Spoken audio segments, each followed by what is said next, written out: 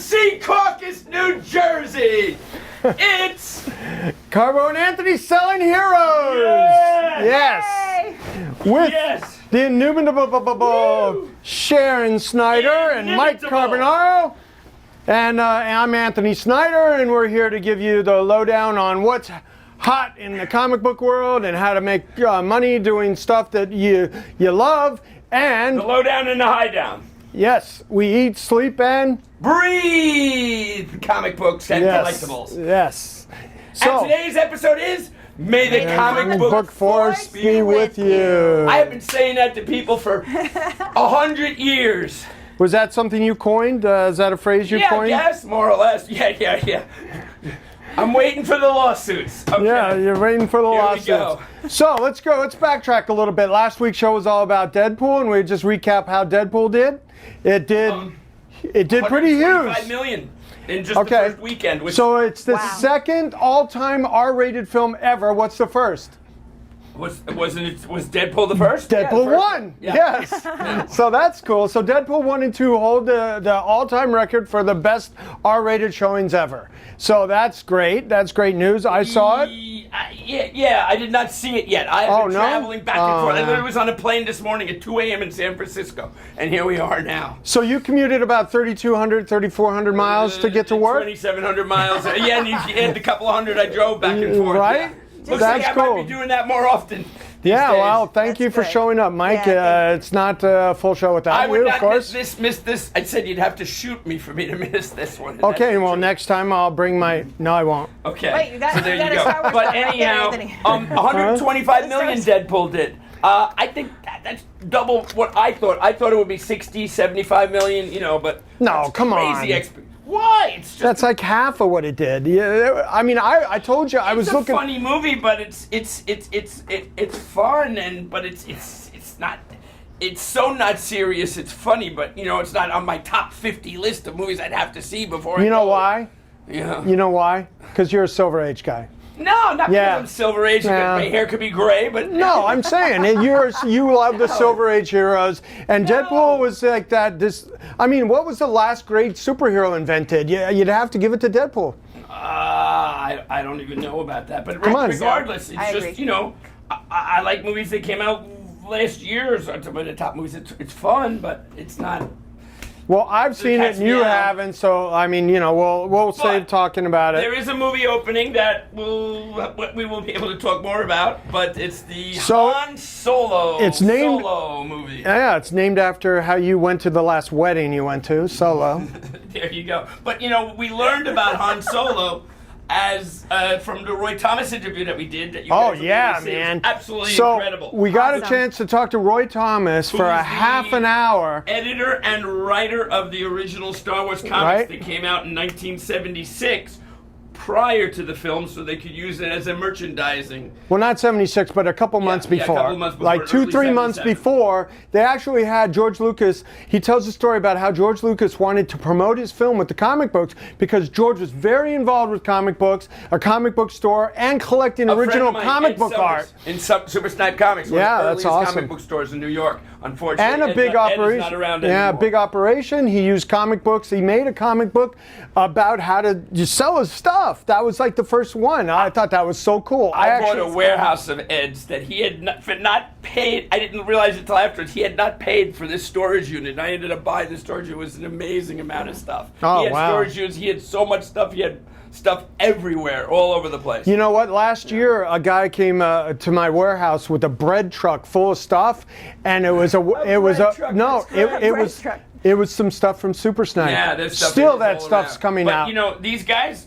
George Lucas was a friend of his, and he was on the east side of Manhattan. And these guys had created this, and the idea of Buck Rogers and Flash Gordon being inspiration for so much of Star Wars.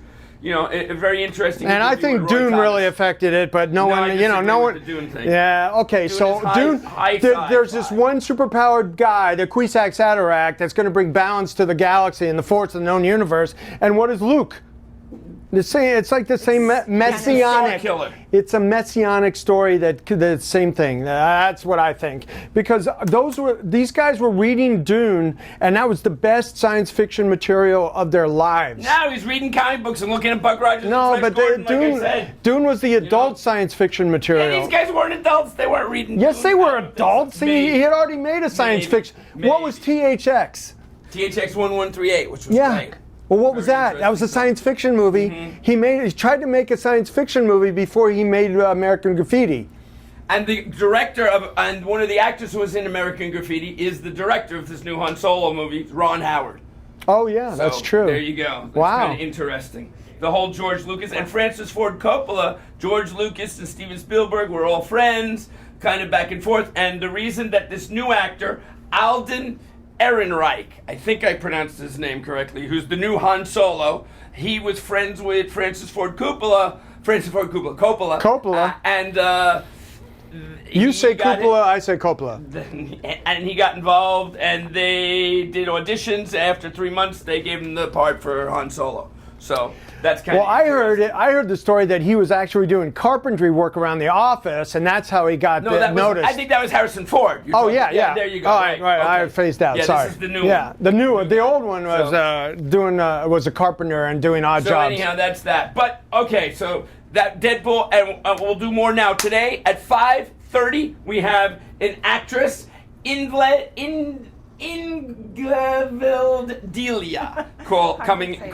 Okay, and she's giving away 6 of her autographs. She was Princess Leia in Rogue One.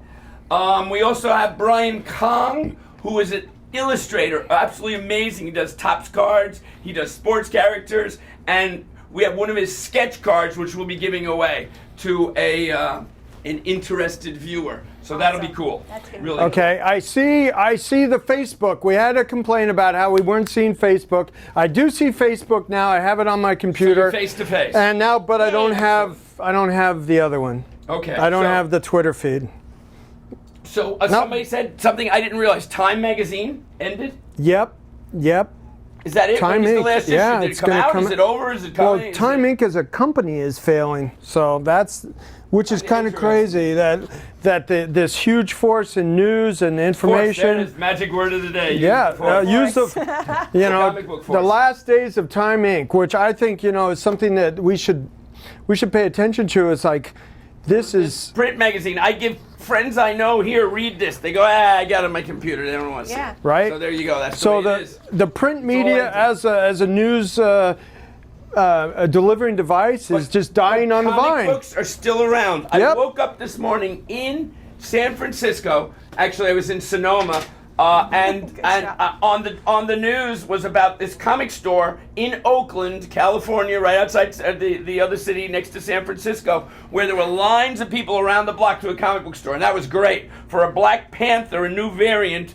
That was the Oakland edition of the Black Panther comic. Well, that's called a store variant. Yeah. And that store, produces its own cover. Lines around the block. Yeah. Wow. I remember when I had my comic store in Forest Hills, Queens, in the 80s and early 90s when Superman died. Literally, we had the lines around the block. Wow. Okay, Storians is a huge thing in comics now. I mean, stores are producing their own variants and hoping they take off, and people all around the country want one, and that drives up the price.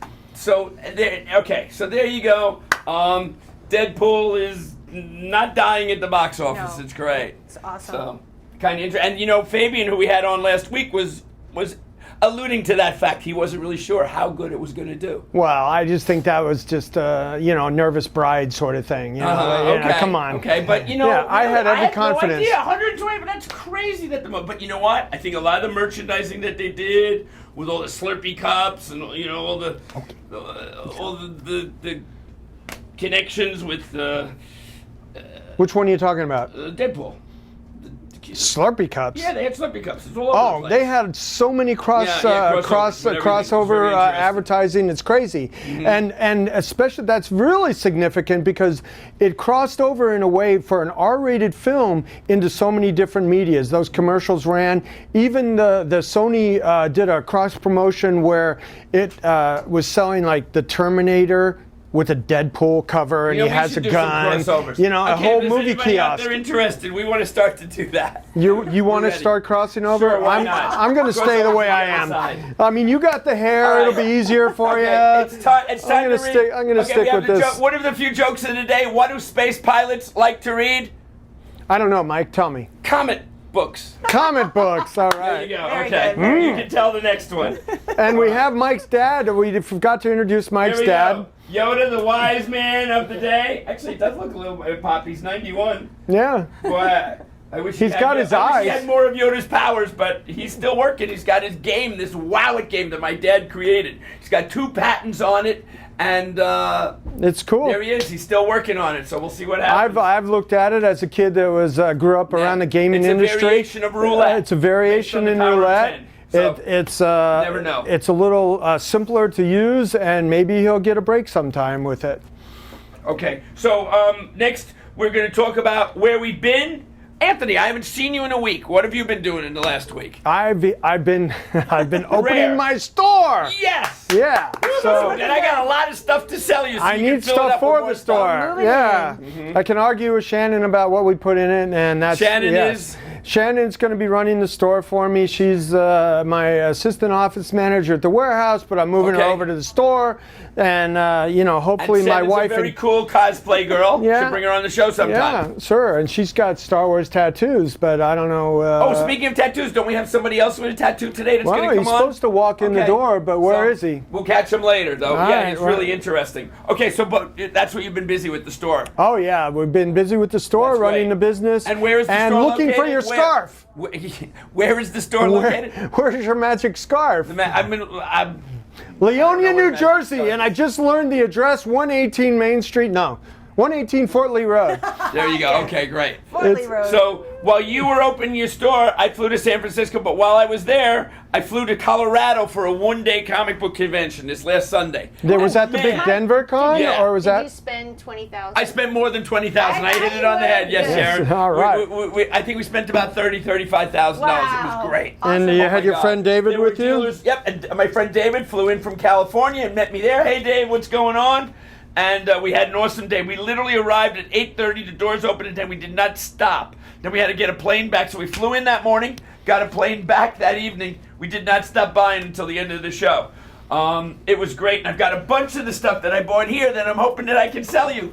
All right, we'll get to that, I guess. When do you want to get to that? As soon as we can. Actually, I got a really nice copy of Submariner, the original Timely comic book. I've got a Sensation comic, really high grade, super rare. Another Submariner from the Atlas series in the 1950s, super cool. And if you don't buy them, I'll sell them to the viewers out there. Well, I got So a there ton you of go. Star Wars art that I brought from my inventory that I want to show people. And we have a ton of autograph type stuff that's from the early 90s, these special edition posters. Yeah, and that special edition stuff it's nice, but the artwork's great. Well, But- what I have to be grateful for about Star Wars, I'm not really that big of a Star Wars fan. My kids are more Star Wars fans than Yeah, I your am. kids are all over I'm it, more man. of a Star Trek fan because I feel like that, influenced me more when I was a kid watching Star those Trek. reruns. Oh, that's Yeah, another episode the we're original going to have to do. yeah, That'll the be like original a series. month long. But what I'm grateful for is that when we decided to do the Star Wars edition, it's like I just couldn't stop finding stuff. Oh, we got to bring this, got to bring Right. that. There's so much merchandise. And that's the secret to start. It's everywhere. Yeah. It's in every kind of. So it's hard to even get an estimate. But what do you think how much in licensing that Star Wars is just the licensing, not the actual retail, but the licensing money? It might hit $1 billion. No, it's much more than that. Yeah. Okay. 50 billion. Oh my God, that's 50 crazy. billion just Did in not know that. licensing. It's billions. Licensing. And 50 it billion. added a tremendous, when George Lucas decided to let his right, child since Disney go. bought it, there you go. He let his child go for what, 4 point something billion, I mean.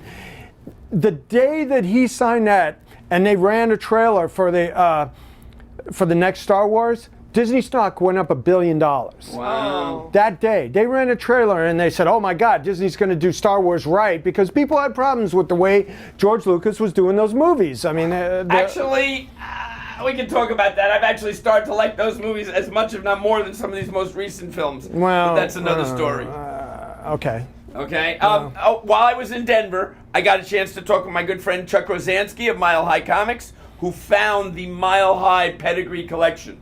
And June 21st, which is a Thursday, 3 weeks from now, 3 or 4 weeks from now, he's going to come on and he's going to talk to us about the collection. He's going to be in New York. He's going to come and we're going to talk to everyone out there about pedigree collections and how if you have a really, really expansive collection, really super condition, literally it's somewhere between at least 500 original owner or more comic books. It should be 1,000 or more.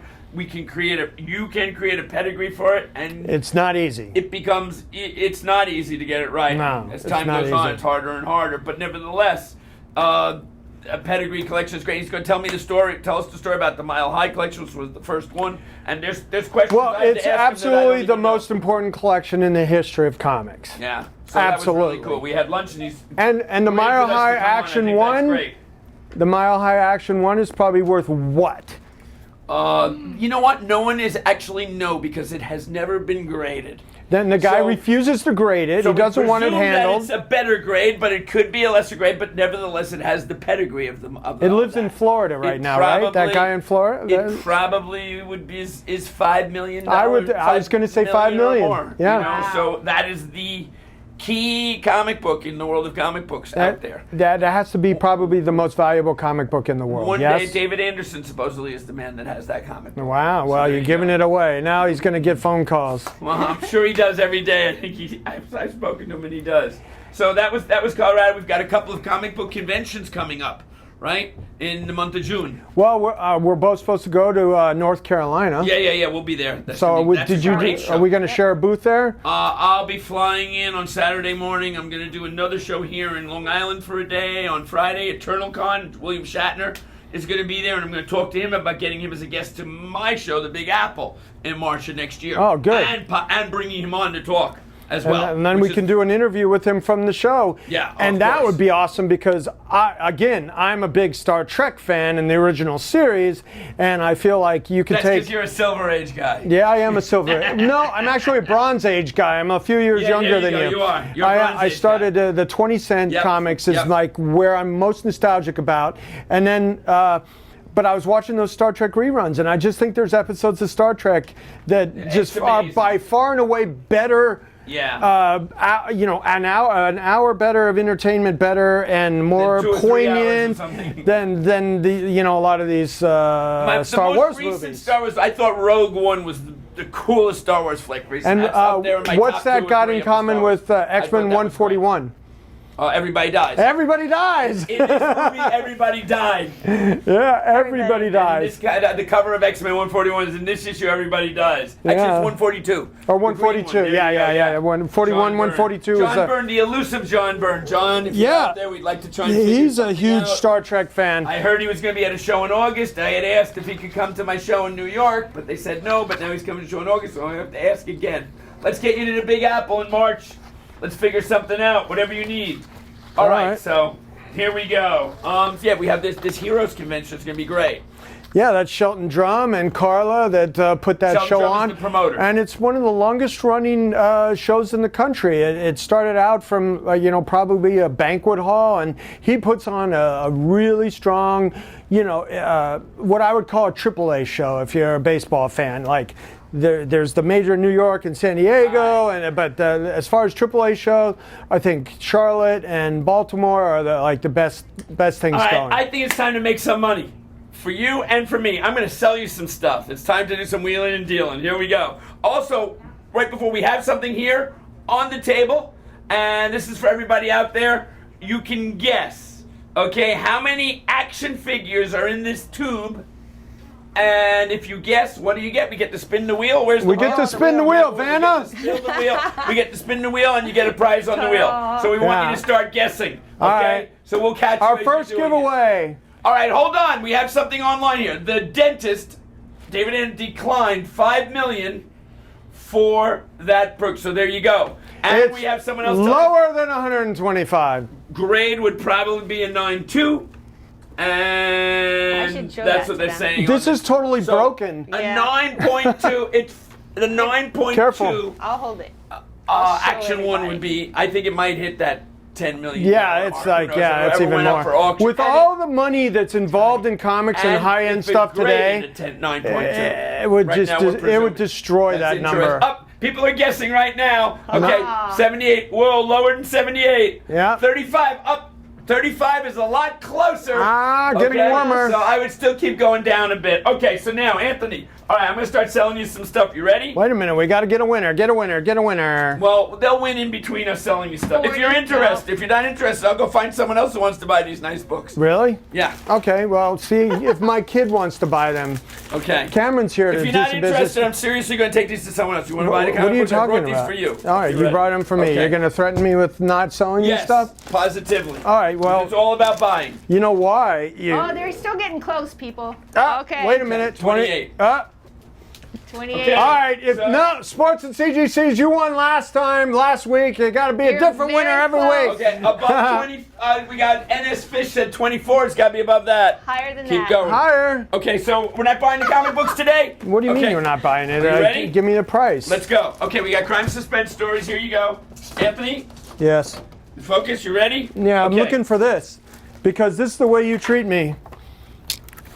Yes, that's correct. Higher than 26. That's good. And where's the gun with the money? I don't know 29. where the gun with the money. Or your gun with the money. Anthony the money. It's an ATM. Did you bring We have a cash with Star you? Wars Yes, I blaster. brought cash. I always Excellent. have cash for you. You're getting Excellent. closer. Okay. Keep guessing. You're so close. Come on. So here we go. Okay. Sharon, we'll let you handle the guys on the board. Okay, you ready? All right, ATM All right. here. Somebody plug me in. Look, this book is interesting. This book right now I is love that book. $1,000 plus. And it's Okay. super conditioned. This book has an upgrade possibility that's absolutely insane. I mean, look, it's an 8.0. That's just insane. Nothing's been done to it. It has not been pressed. Nothing. Okay. How do you know that? When Because you I bought know it that at a came from an show. original owner collection. Same collection as some other stuff that I have sold you in the past there. It looks like it's been pressed before. So there you go. Are you sure this hadn't? 100%. So Yeah, everybody wants your money it's gun great. back. Okay. Yep. Yeah, Okay, the I money need gun. to find it. It got look, misplaced. we're looking at 1,000 here. Okay. This is a really, again, high grade, nice super cover. That's a 32 is very $300-$400 book. close. This Submariner is a $500 book. Okay, as is. That's As about is. what it is. So, 4, 5, Got 6, 10. Want me 7. to show any of these? 15, $100. Yeah, go ahead. Show some. There you go. You ready? 2K. 2K. 2K with For the whole everything lot. else? With Well, the whole what thing. about that thing? Yep. Nope, that's a whole different story. Why is But that a if whole you buy different 2K, story? I got something I'm going to throw in. These are 20 copies of Shade the Changing Man. $21 They're $10 books. a piece. They're $10 a piece. What's that? Let me look at this. You have one here. Yeah, What if I give there's you a one bonus. back? Okay, so it's 2010. 2001. It's 1990. Yeah, 1990. All right, this is like how much? What are you counting this at? $100. Yeah, that's all it is, though. But that should be upgrade. This one should have been a 9.2. I'm not gonna crack these out. They have to be. I have to go with what they are. No. This one you should actually look at for way more. This, I think you get your money out of this if you can upgrade this. You should get your money out of How many this alone. upgrades? one are you talking about Feels that like you should get your money 1,500 No, to I me. can't do it for 15. I wouldn't do it. feels for like that. 15. Not possible. Why that is alone it not possible? $1,000. You'll sell that first instant without even upgrading it. Without even trying to. $1,250. I wouldn't sell that for less. If you want for 19, that's fine. 19. Yeah, and that's with. Wait, I didn't even add this. Yeah, that's all of this. No, you. Plus I you're threw in gonna- those. 19, you got a deal. And there's 20 If you don't of have the the- Shade Changing Man. The gun helps it. How about Hey! 18? 31. Who said 31? Rad Shamira, Brad 31. Shamira, we have a winner. Okay, we have a winner too. 18, done. 18, Close deal. okay. We're in. Double All right, winners. Let's do it. So now we Fine. need to spin the 18, I wheel. need See the what you cash. won. See what Rad Shamira Pay me. won. Ready? Wait a second. No. Wait, I don't even know if I brought go. enough There today. you go. And we have 100 left over from the last one. A $25 web store credit. Web store credit. You have to Anthony. bring your webs. Yay. All right, but you said you were going to match that. Oh yeah, I'll match it. There you go. 25. You get $50 web store credit now. There you Yay. go. Done deal. And So- we have Rad another Shamira. joke. What did the Good cow job. say about the Death Star? I know the answer to this one. Say it. That's no moon. There you go. Okay, I'll take my money now. Well, what do I get? You get that for $1,800. What if I throw this gun back Could to we you? stop dilly-dallying around and just pay me well, already? Partner, Okay. okay. Thank you. All right, And we have yay. 100 left over from PayPal from the last one. No, I think I did that. No, I we did never that. got the single 100. Oh, maybe you did. I'll double check it. Okay, I'll think I take did. that cash, please. Yeah. That doesn't have to all be cash, right? No, that's an all cash deal. That's the only way that deal is going down. Please, can we candle this already? Why? What's your hurry? I mean, you got to go. I got more stuff to sell you. Are there people knocking at the Yes. door? You got to pay Yes. off. I've got more Jesus stuff Christ. to sell you. Well, it can't all be cash. I got to write some checks. We'll We take gotta that for the expense next this. part of it. Oh, my money gun. There you go. See? So you got to order something from my website, a $50 gift certificate. Yes, Yeah. order from his website so I can sell him more, please.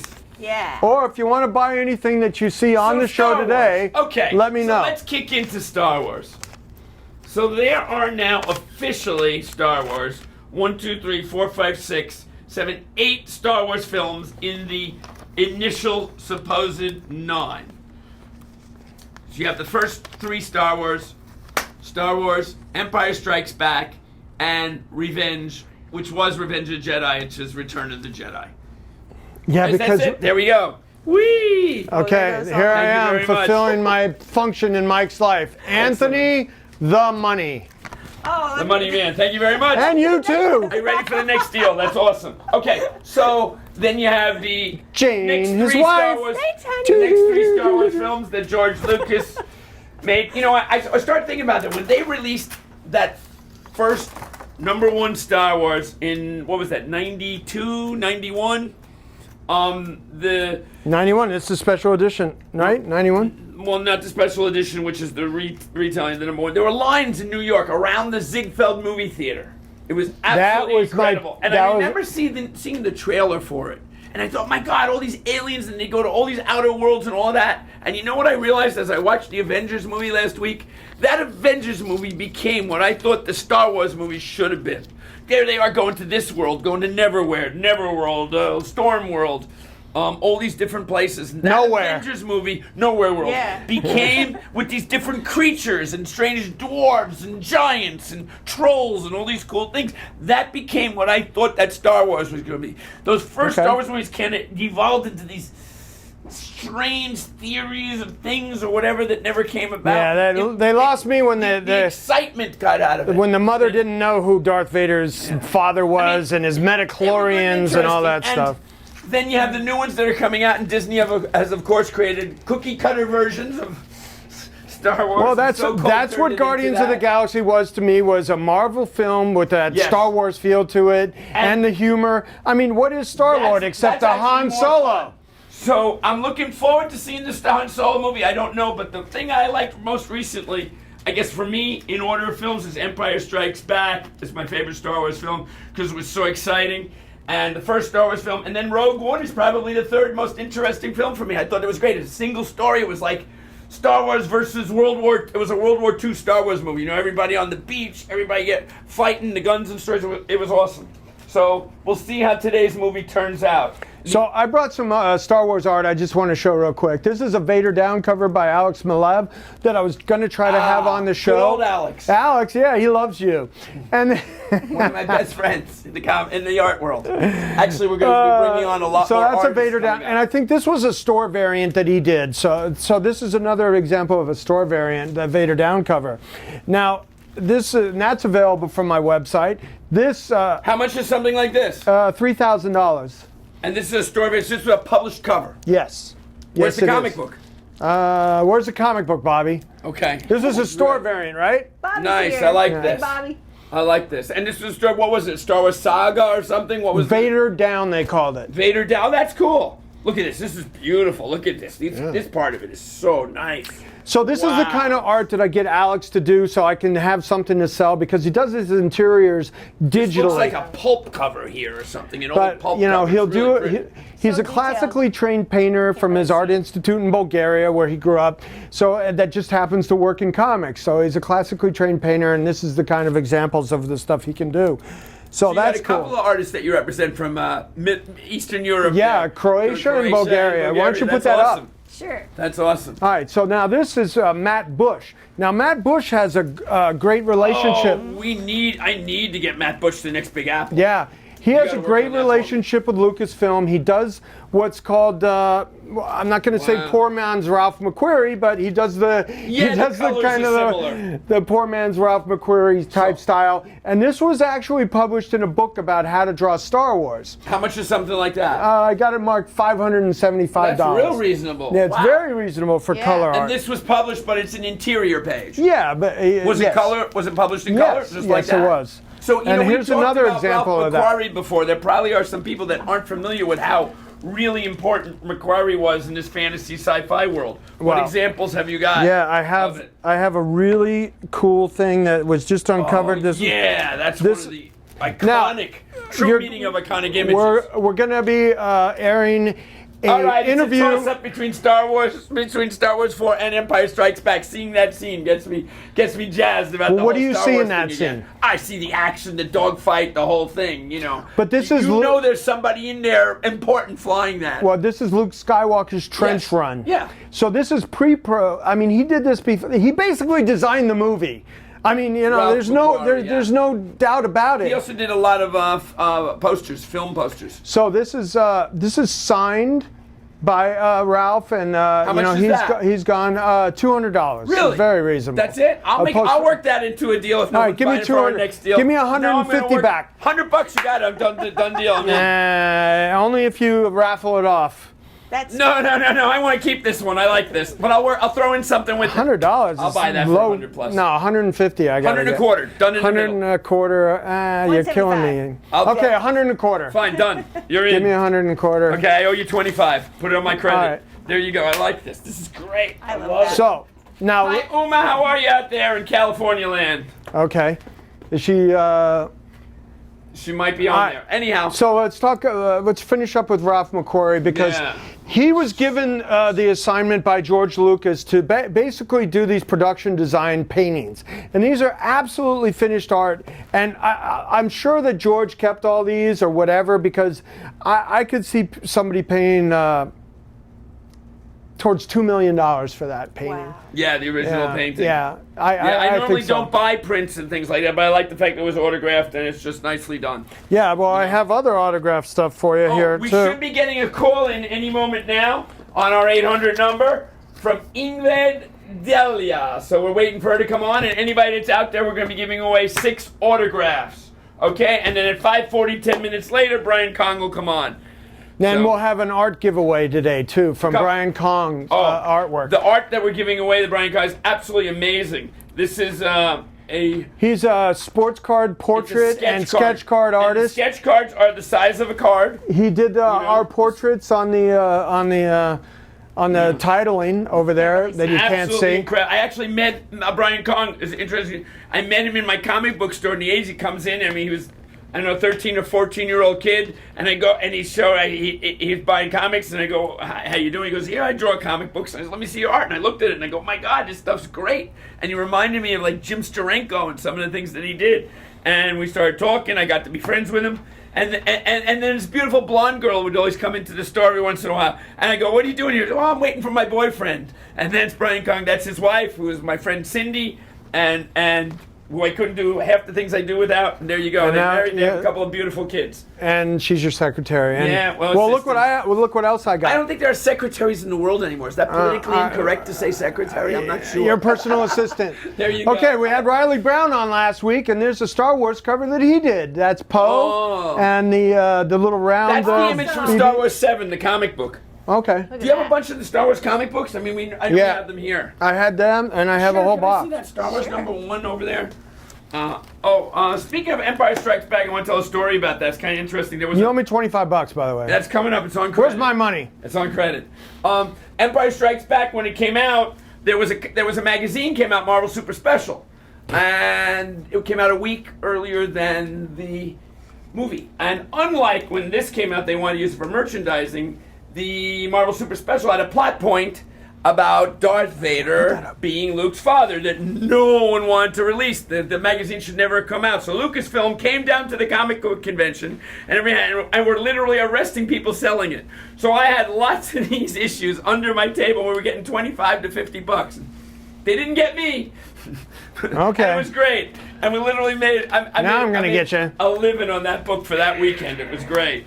So, I have another good story about Carrie Fisher at the Big Apple convention. Oh, okay. So we had Carrie Fisher as a guest at Big Apple sometime in the early 2000s, and she was really cool. And there's a line around the block, waiting to get her autograph. And this little girl comes up. She was maybe 7 or 8 years old, and she's sitting there, and she's standing there looking at her, and Carrie Fisher, come over. She's really shy. Finally, she pulls out a little flute, and she starts to play the Star Wars theme song on her flute. I mean, like a real silver flute type? Yeah. It was amazing. Everybody started clapping. Carrie Fisher started crying. They came over, and it was just so cute. It was great. I wish we had footage of that. It was great. So Carrie Fisher was, she was a fan of the fans. She was very cool. It's too when bad. I see all these Star Wars books and stuff, there's so many memories. That is the thing about Star Wars. It's just embedded, whether it's because of the commercial aspects of it and the $50 billion worth of merchandising. No, just licensing. Licensing. I mean, you have to go. It's amazing, 100 times that at People least. Know who these guys are, but you try, who's the vice president or the secretary of state. So they know these guys more than the government. The what? So there you go. Anyhow, this is the Star Wars #1, the first comic book. 30 cents it was. And Howie Chaykin is the cover. And depending upon the condition, this comic book can range anywhere from $25 to a couple of thousand for a 9.8 thousand bucks, $1,100. It kind of came down a little bit. All right, but if there's a 9.9 out there, that would be probably a couple of thousand. Hey, we have our caller on. Okay, we do. We have a caller on. Ta-da! No, the girl, the actress. Yes. We have Ingrid Delia. Is that, Ingrid, how do you pronounce your name? Is that correct? Yeah, it's a bit of a tricky one. Ingrid Delia. Oh, thank you very much. Thank you for coming on. So tell us about your experience being on the Star Wars set. Oh boy, it was a wonderful experience. It was like stepping into this childhood world that I'd seen so many times, being on a starship, Tantive 4. It felt very real, and I couldn't believe that I was in this costume, sort of personifying one of the most iconic characters in sci-fi and pop culture. So it was just, a wonderful experience. Wow. Oh, I love your accent. What nationality are you? She's Norwegian. Uh-huh. Wow. Right? Yes, I'm from Norway. Yay, so's my wife, hereditary. She's mostly Norwegian heredity. I love that. So, it's amazing. I mean, you had a role in the film, but, it wasn't a major part, but it's still a part, and just being part of the Star Wars culture gets you into the rest of the world of Star Wars, right? I mean, I'm sure now you feel blessed to be part of that, almost. The Star Wars world. Yes. Universe. Yeah, I feel ridiculously lucky. Ridiculously it's so blessed. bizarre. I'm going to get a button that says that. That's great. I love it. So you've been doing autograph shows, you've been doing cons, been doing personal appearances? I've had the great pleasure of going about in the world and participating in this fandom phenomenon, which is so welcoming, and it's so great to meet fans from all over the world. And I'm currently in Brazil, and I did my first Comic-Con here last weekend, and it was just amazing to see how fans are sort of the same wherever you go, and just feeling the love and the passion for everything relating to Star Wars. That's the thing about comic books and fandom like that. Doesn't matter who you are, race, color, creed, all of that. It just disappears. You become part of this, community in this world, and then when you can wear a mask, you don't have to wear a mask. It's just very, very cool. It always has been for me. How crazy was it? You said in Brazil. How many people were there? Were there tens of thousands? For the one I went to in Curitiba, I think it was around 10,000 people a day. Nice. 10,000 a day, wow. Nice. That's awesome. So if any of you fans call in, we're going to give away about a half dozen. If you would be kind enough to offer to sign a few autographs for some of our fans. Miss Delia? Sure, yeah. if we can figure out how to do it, because I'm currently in Brazil. But Yeah, I'll I'm get the always- logistics but- with you. So if anybody calls up and does that, we'll take care of that and we'll send them over to you. That's great. I'd also like to make an offer. I'd like you to come to our next Big Apple here in New York in March. So I hope I can work it out with your agent. If you're up for it, March 9th and 10th of next year, we're gonna have a Big Apple, and we'd like you to be a part of that. Wow, that would be amazing. I've always wanted to go to New York. My grandfather actually grew up in Brooklyn, so I'd Brooklyn love to go girl, for she many says. reasons. Far out. Your grandfather. Wow. Your grandfather grew up in Brooklyn? Yeah, well, not for very long. I think he was about 6 or 10 years old when they moved back to Norway. So sadly, yeah, the sort of American chapter ended there. But yeah, it would be great to see the city and yeah, meet All you right, guys. so I got a deal for absolutely. you. If you come, we'll find a way to take you to Nathan's, which is in Brooklyn. It's part of Coney Island, and we'll have frankfurters and French yeah. fries. We'll do a whole Star Wars sojourn. wow. We'll make it part of an event. We'll make a whole little Star Wars sojourn either Friday or Saturday night in March. And we'll go to. It'll be cold, but what the heck? We can have frankfurters and would French be fries fun. in Nathan's in Coney Island. Well, that's That'd be fine. great. Do you like hot dogs, That's fine. first I of can all? live with Do you know what frankfurters or hot dogs? Are you familiar with the term? All right, that's great. No, I don't think so. Hey, I want to ask, are you working on any other projects at the moment? Do you have any other acting, that you're working on in your film career? Is there anything kind of interesting that you might want to talk about?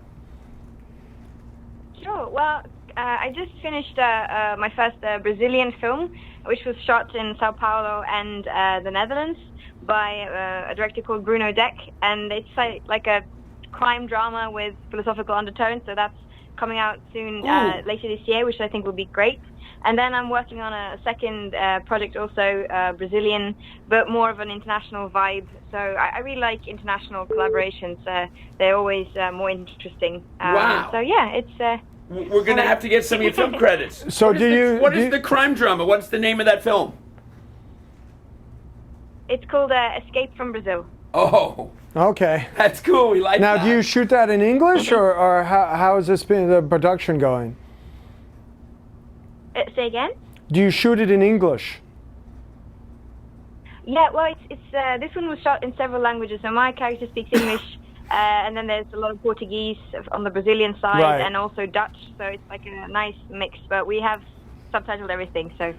Wow. That's So, right. how old were you when you started out in acting, and how old were you when you played Princess Leia there? Let me think. So, can't remember now. I was 27, I think, when I got. Oh the my role. God. Okay, you sound very young. I would have guessed you were still like 20 years know. old or something.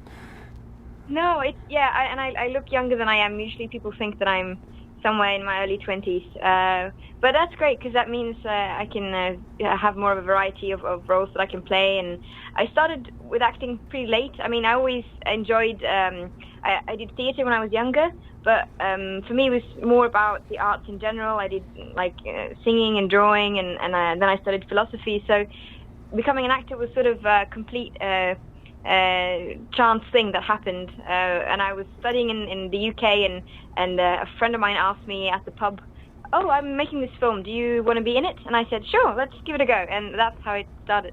Let's give it a go. I like the way that sounds. That's awesome. cool. So that's how. Tell me about. Used to work on movies. That's why I'm very curious. I mean, and I was a casting director for advertising jobs in my advertising career. So tell me about the casting process that happened for the Star Wars part. Yeah, that's interesting. Oh. Yeah, so I got a call from my agent, and no one knew at the time that it was for Star Wars. It was very secretive. They only were very specific about the measurements, like the height and the size and all that. And luckily, I fit those very well, those criteria. And that was the first round. Second round was just talking about anything for 3 minutes, and I still didn't know what it was for. And then final round, they sent me 2 scenes from A New Hope when Leia meets Vader for the first time, and the famous hologram monologue. And then I realized, oh my goodness gracious, it's Star Wars and it's Princess Leia. And I got super nervous, and but luckily I only had 1 weekend to worry about it, and I just went into this, I don't know, Zen monk mode and just watched the old Star Wars films on repeat, and I tried to like capture all of the micro expressions of Carrie Fisher's face, and because usually when you plan or like prepare for a role, you have to sort of make an interpretation, but this time it was all about being a parrot, like copying her perfectly. So yeah, and then I went to the studio and I did an audition with Darth Vader, and a week later they called me and said I got it. Oh, that's Now, who was amazing. playing Darth Vader when you went to the studio? Now, this was in London, I right? don't know. He was in London, yeah, at Pinewood. He was masked all the time, so I don't know if it's the one who actually got the role or someone else. Okay, so you're a tiny person because you had to be tiny like Carrie Fisher, right? You're very Yes, that's small, right. very petite. Very small person because you had to be small like Carrie Fisher. She was a tiny little girl, right? Yes. I guess you use feet, right? So it's a 5'1" or 2, I think, Uh-huh. and great. 155 in centimeters. So we're the same height, Centimeters. Carrie Fisher That's awesome. and me. Wow. So this is really cool for you to come on and talk to us. And like I said, I'm inviting you to New York in March of next year, and we're looking forward to that. And hopefully, we're going to put some of your films up on your upcoming films on our website so that people can follow your career. Oh, great. Thank you so much. Yeah, I'll this is send going to some be stuff great. over. Okay, fabulous. So we're going to say goodbye. Where are you calling from, by the way, right now? Brazil. Brazil? I'm calling from Brazil. I'm up in the mountains and Nice. in the Swiss hotel. So it's very bizarre. So everything looks Swiss, but there are palm trees everywhere and very, strange atmosphere, but in a good way. That's great. Here Beautiful. we are in the depths of the urban madness of New York, right outside of it, and What I like to call the crust of New York City. There you go. That's good. Well said. In Yeah. Secaucus, New Jersey. But that's great. Oh, really nice talking to you. Yeah, And, wonderful. Love your voice, and Yeah, your maybe accent's we'll very create a part in charming. a film that we might have upcoming and see if you'd be open to acting in something that we create. That's great. Maybe a mother-daughter revenge great. story. Let me know. Awesome. Really nice talking to you, and I hope to see you in next year in New York. Have a great week. Good luck on your Thank you so filming. much. Bye. Thank you. Oh, Bye-bye. Thank you so much. Great, thank you so much. Wow, she's super cool to talk to. Yeah, Amazing. absolutely. Oh, wow. Okay, That accent. far out. Well, I guess we're waiting for Brian Kong to call in. We have our next artist, but in the meantime, I think it's time for another deal. Whee! Okay, so I got some stuff in the box. We still have the drawer full of stuff. Here you go. These are posters, I don't movie know, posters. know if I need Really nice. stuff Well, like okay, that. but I mean, come on. Do you get a better movie poster than this one? Whoa, whoa. You get any better movie posters than this? Look at this. Godzilla Monster Island. Yeah, that's a cool These one. are great. Oh, I think we even have, hold on, wait. We have some Dawn of the Dead posters here. Yep, Dawn of the Dead, as in George Romero. Dawn of the Dead. Who just passed away recently. Yeah, That's I the- had him as a guest at Big Apple. He was really Actually, cool. he was on the last Academy Awards in memoriams, right? And we have some of the Thing poster here, but this Thing is a second version of it. Too bad it wasn't the first to be great. Yeah, that's a re-release. Yeah, Yeah. yeah. But you got 10, 20, 30, 40, you got 50 posters. $1,000 for the lot. That's a deal. Hello? Yes. Ah, damn it. Okay. And I owe you 25. So you 975. All right. If I said yes too soon, I know. cannot do that deal. Wait a minute. I'll just renege for once. I won't do the deal. You get a First Man in the Moon comic book with that. And All right. that's all for that deal. Okay. We have Brian Wait, Kong we do on. have a bonus. Brian Kong is here? Awesome. Yeah. Okay. So we have Nice. $975. Okay, you can pay me while we're at it. I'm not paying cash for those. Okay, You're getting a $975. check for that. Fine, you can write me a check for $975. No. Done deal. All right. So. Thank you. okay. Excellent. Woo, another deal. Put this That on was the fast. Anthony side. Awesome. Sharon, would you take that, please? Sure. Thank you. I want to show another piece of art that I have available. This is like a giant take it out of Imperial the bag. droid. And because we're talking about, that's Who's another the artist here? Matt Bush again. Yeah. It's just kind of a giant Imperial droid, and with the Millennium Falcon like shooting out of it. It's kind of conceptual. Ooh, I like the city. I like the futuristic city on the bottom down Right? there. That's Very cool. another piece from How to Draw And how Star much Wars. is this? I have that marked around 500 as well. Similar price. Yeah. Wow, that's a really reasonable. No, for great Star Wars because stuff. we were talking about Princess Nice. Leia, we got to show this. This is by actually Tony Harris. It was kind of a Who's Tony Harris? Tony Harris, the guy who did Starman, for DC Vertigo. Not Tony familiar Harris. with Rebel Princess. So she's kind of dressed like a redneck girl, with her Daisy Dukes on and stuff like that. And it's like it's a fun piece, like a I don't know, a tattoo or a sign in some redneck bar, you'd find in the Patrick Swayze movie or something. What was that one? Yeah. He was a bouncer. He was Yeah. a bouncer. God, I can't remember the name. so- But we have a couple of callers here. Somebody said Frankfurters. I'm not sure what that means. Fudders. There you go. Instead of Frankenfurters. Yeah, I Okay, get it. we can go to Brian on the phone. Okay, we can. We got Okay, Brian. Brian. Okay, Brian, can you I hear believe us? We showed your clip Hey, guys. earlier of you. No, we haven't shown his clip yet. Oh no. Okay, well then we will be. Okay, Brian. Hey, Mike. Oh, Hey, okay. Anthony. Hey, Brian. So we are going to be showing you a clip of you. Mr. Brian Kong, how are you? Did you listen to it before? Good. You remember when we met at the comic book store when you were, what were you, 14 years old? At Continental Comics? Probably like around 12, 13 or something like that. So I'm extremely impressed by what you've been doing. I mean, besides the sketch art that you do other art as well. But this sketch art thing that you've created is actually amazing. I mean, besides these Star Wars characters, you do sports figures and all kinds of stuff. But we're talking about Star Wars today. So tell us about this one little sketch card that we're going to be giving away to a listener today. Tell us about this Darth Vader image that you created. Basically, it's the size of a trading card, but as you can see, like that area is a little bit smaller than that. What But, are the dimensions of a it's not trading a big card? thing. Like Excuse 3 me? inches by 2 inches? 2.5 by 3.5, right? Uh-huh. Yeah, correct. Yeah, 2.5 by 3.5. Now, I would just like to say, as an art dealer, that the sketch card market is something that came out of nowhere a few years ago, and became a real collecting niche that guys went crazy for. And you do a lot of stuff like that in the card collectors, the sketch card collectors. Yeah, actually, I think it started like maybe in the early 2000s. A lot of the card companies use the original sketch cards as incentive for people to buy boxes. So they're inserted like randomly in the packs, and people pull out.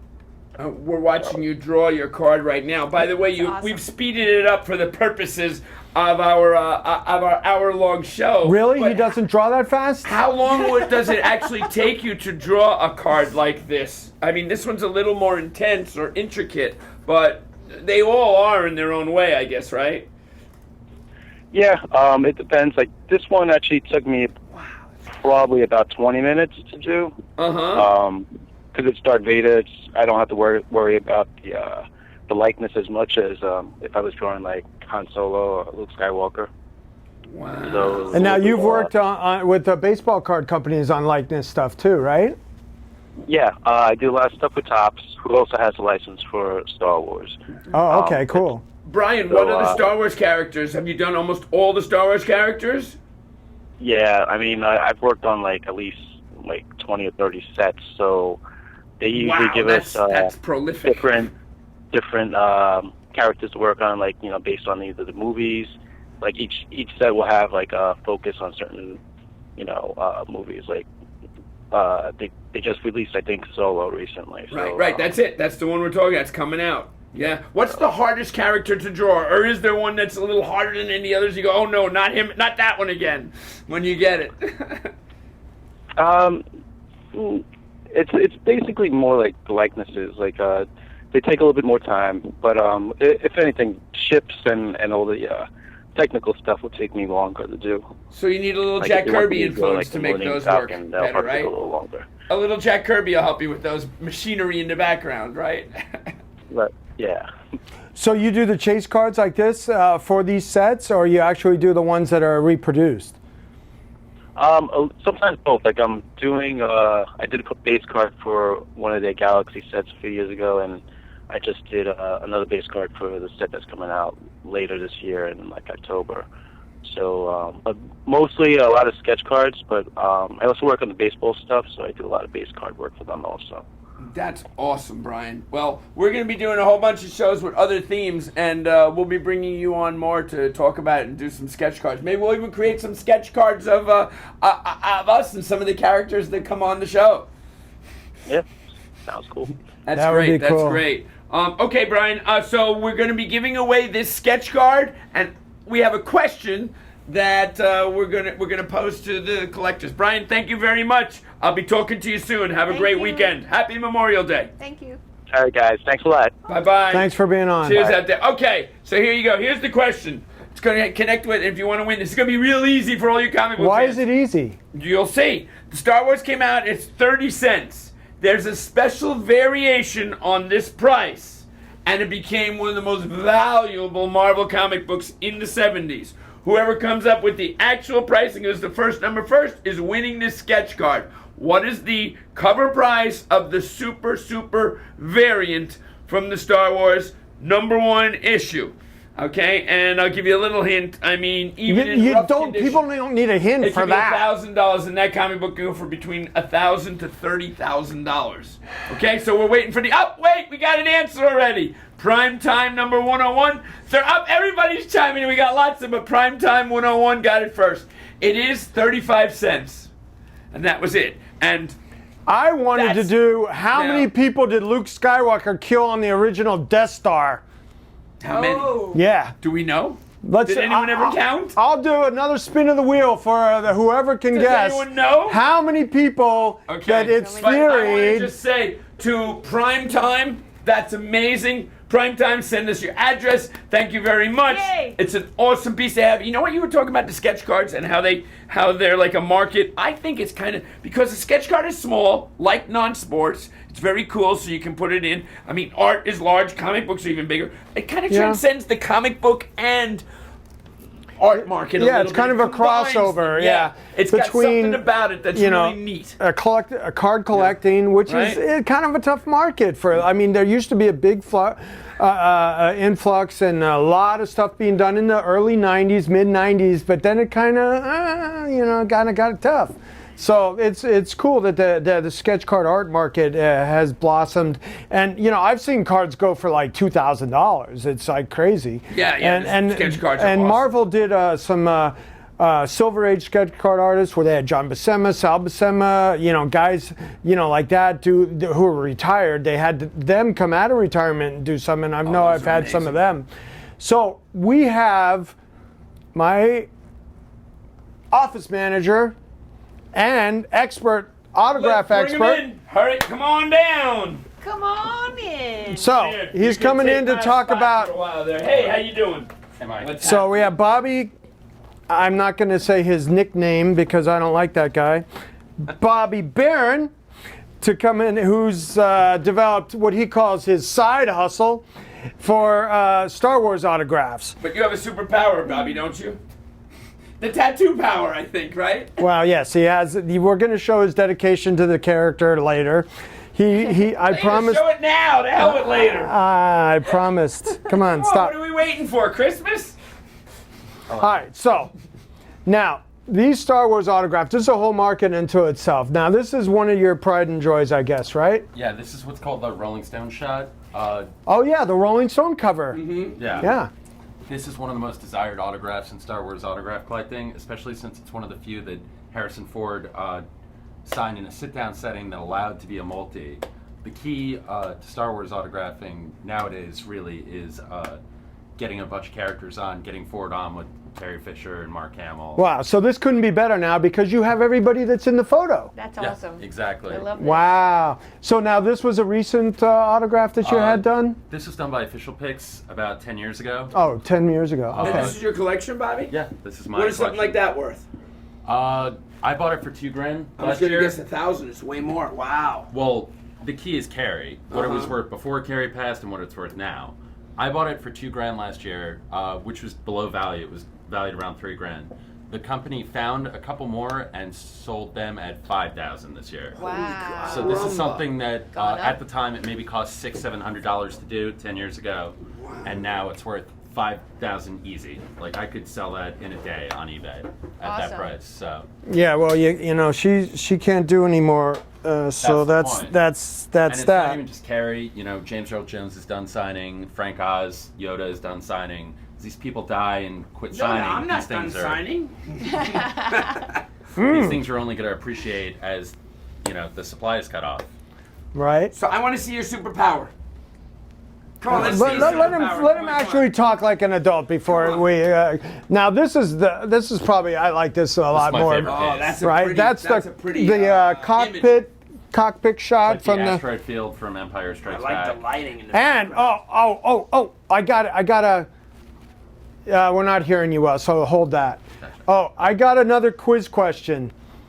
Okay, this my favorite line that Han Solo ever said is for a spin of the wheel. All right, so I'm going to put that out there. My favorite line that Han Solo ever said.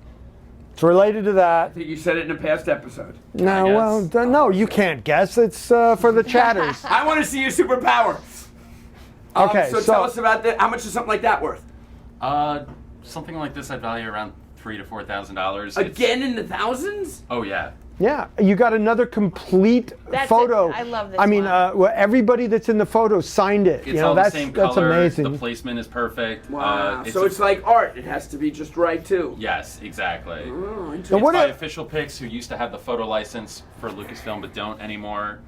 so there's no more of those coming. Topps is doing it now, but it's kind of an inferior quality. So these are like very desired. Wow. No, it's not great, kid. Don't get cocky. Guess That's again. the line from That's a Han good line, Solo though. from the movie. I like that line. All right, It's are we from ready? this scene. Now, what made you get into Star Wars? Was that like the big influence in your life when you were, more than comics, probably, right? I mean, you just loved the source material. You know, when I was a kid, I didn't have a ton of friends growing up, and I really felt that like Han, Luke, and Leia were my friends. So I watched those movies over and over and over. And I guess I just feel a really strong attachment to scenes, especially even more than the Rolling Stone shot. What I love about this is it's an action scene. Like there's a beautiful set behind it. You can see every little light going on. Like I just feel really close to the movie, and it's my way of like paying it back in a weird way, like honoring my own museum. I have my theory about what autograph people. I think, it's owning 2 or 3 seconds of that of his life. Basically, he had to take 2 or 3 seconds. She had to take 2 or 3. Yeah, I mean, so you That's you interesting. own Never a looked at piece it of that their way. I think life. it's some physiological thing. Yes, You feel you I get think a piece of them in yes, some karmic it's way. it's a piece But of them. The 2 or 3 second theory is good. I like that. That's really neat. I'm going to use that. That's one. my- That's it. that's I my, never thought of it like We're that. taking that. That's So really That's Bobby, my what's theory. your super? Come on, can we see his superpower already? No, not yet. Oh, come on. We got one more to talk about. Okay. But isn't this your business now? You certify these autographs and things, correct? I authenticate for Authenticate. a group I'm in on Facebook. It's called Star Wars Autograph Universe. It's not Rebel Scum? No, Rebel Scum, I am on also, but that's kind of died down. Oh, that's a real Okay. thing. Steve Grad from Beckett Authentication Services Uh-huh. and PSA is on there with us. That's he has a So regular I'm gonna have gig to on get the next Pawn Big Stars. Apple authenticating autographs as well as working with Anthony at his table. I do it more as a courtesy to other collectors Really? than for business, but I do sell these. These are some of my personal collections. This is the Nebula from the end of Empire Strikes Back.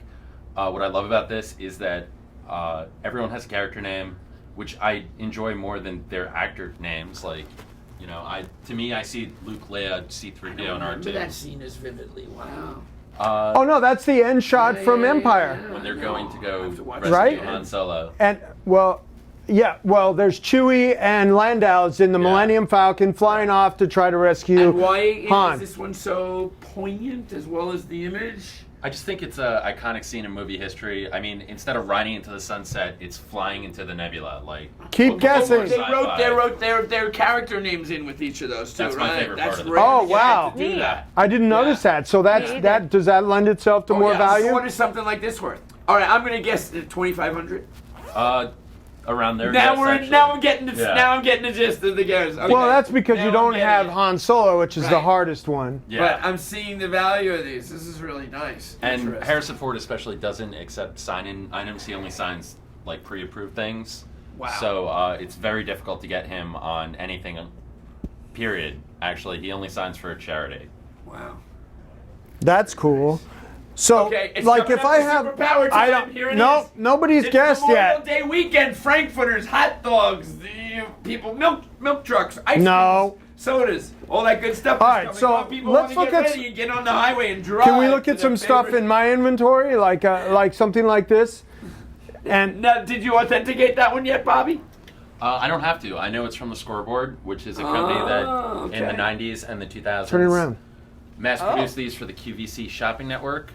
Mass produced is the key word. So this is there. 96. It came Okay. out in 96. Yes, 96, which kind of coincides with the special edition re-release. Well, speaking of special edition, I have a great piece from the special edition that is kind of crazy. That's available here, Sharon. Let's hold that. You think that's gonna get heavy? You know, Okay. this piece is so cool. I listed it on eBay for Anthony, but I actually keep it in my office because I enjoy looking at it so Right. much. And what is that list at? Okay, so this is special edition. Came out in 1997. Like the re-release of the third film. Now, is this Drew Struzan? Is that in the print or is that a real signature? That's in the print. That's not a real okay. signature, but he So still does shit. They- I want to get him as a guest. He's cool.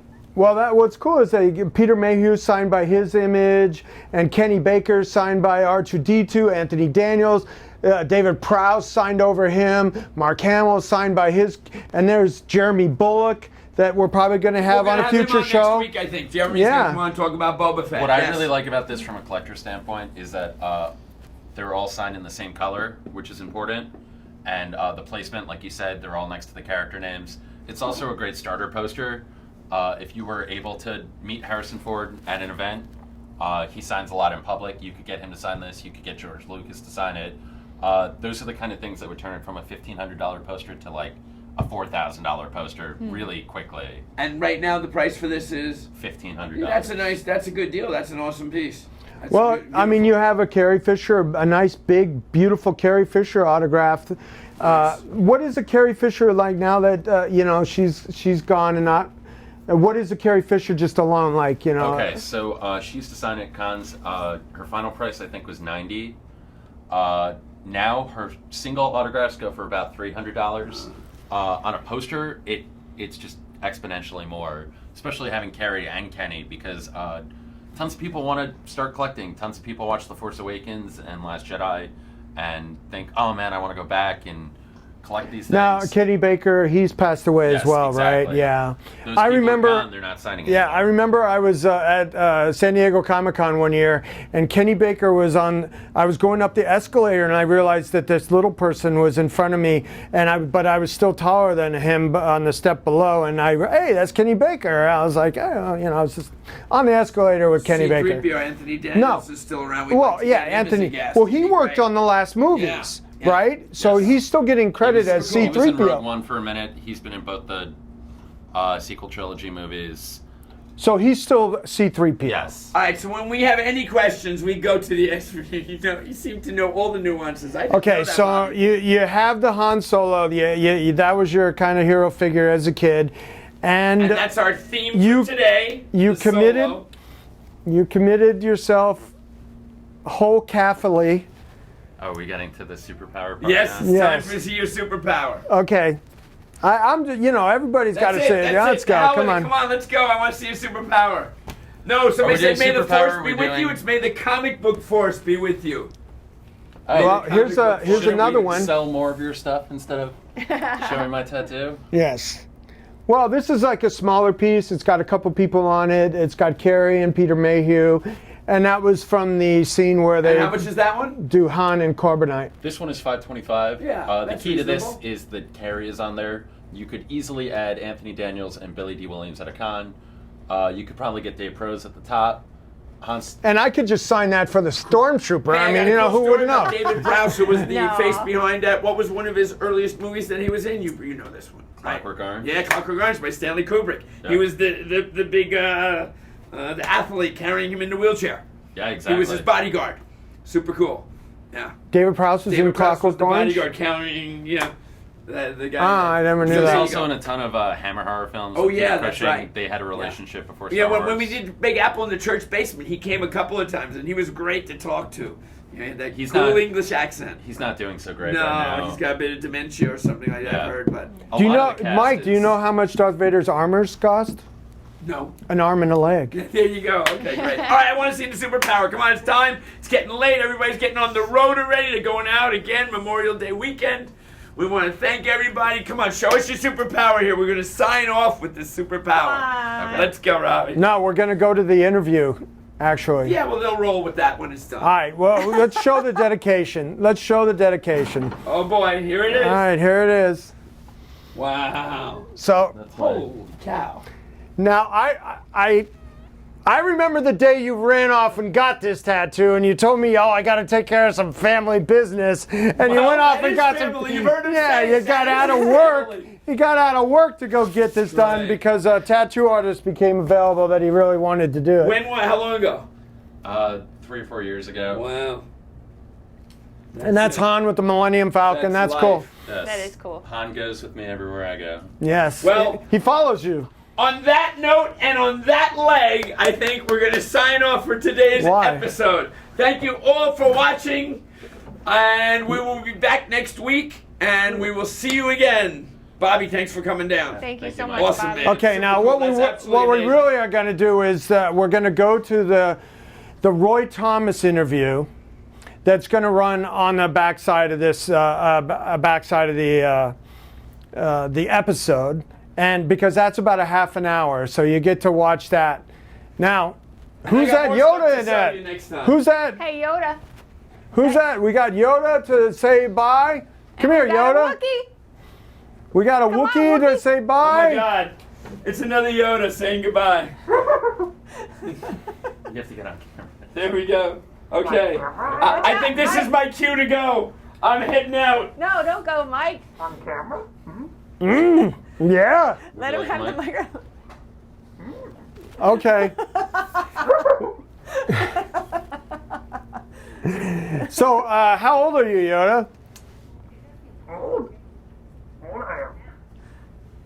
All right, so nobody guessed what the last thing I wanted to You tie gotta up give was him a hint. nobody guessed what my should you- favorite line is. All right, can I give a hint? Well, it's from that scene, from that one scene. What should you never tell Han Solo? Yes. There we go. All right, we gotta end with that.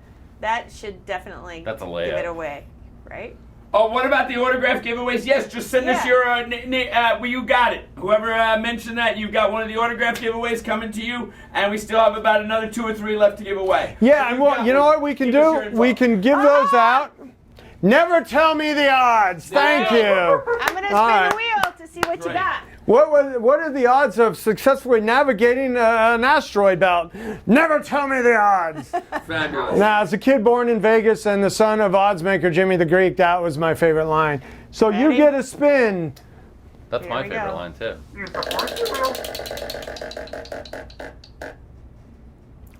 Wow, $50. And what did we say? No, that's up It's to not just you. $50. I'm doubling it. So All there right. you go. Mike's doubling it. Wow. So Wow. you got 100 coming to you. $100. There you go. $100 All right, excellent. for credit.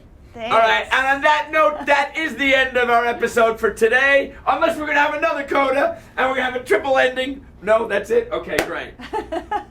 Are we? Are we having another ending? Are we have? Okay, I could That's have it. another Okay, ending. One more ending. Come on, we're having one more ending Come today. on, kid. It's another ending. What do you got Okay, to and sell? who's this? We're roaming outside. I saw him just roaming around outside. Hey, Aimlessly.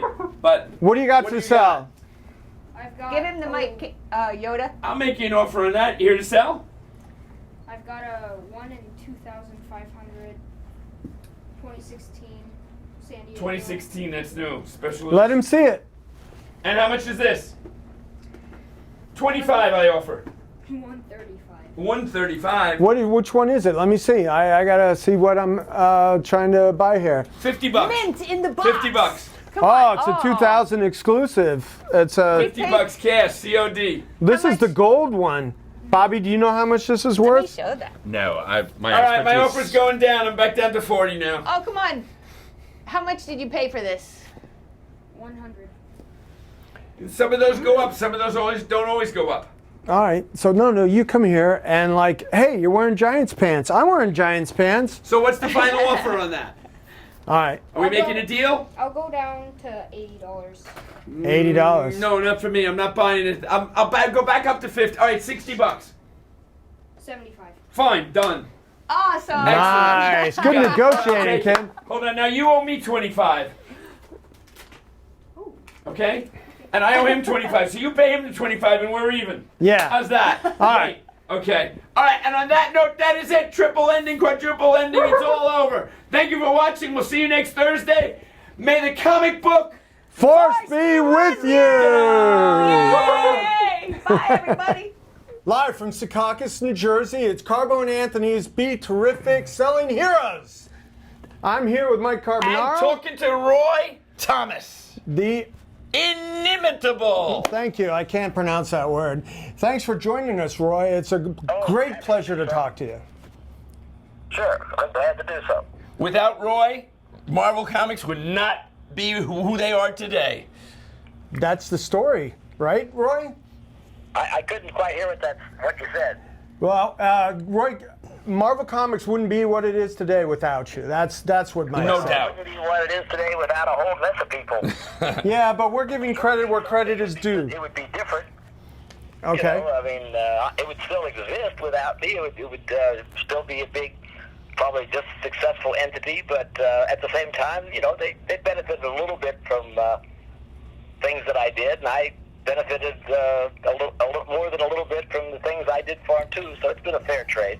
Okay, so let's run down your credits a little bit. How many issues of Marvel Comics did you actually write? I have no idea. I haven't finally. I haven't even begun to count them. There were 200 or 300 comics with just Conan. Yeah, Right. with just Conan. So yeah, so it's thousands plus. I don't know. It's a couple of thousand or so. There you go. It's no record. I mean, compared to guys like Otto Binder and maybe Stan and Robert Kanigher and but you did at one time hold the position of editor, and right?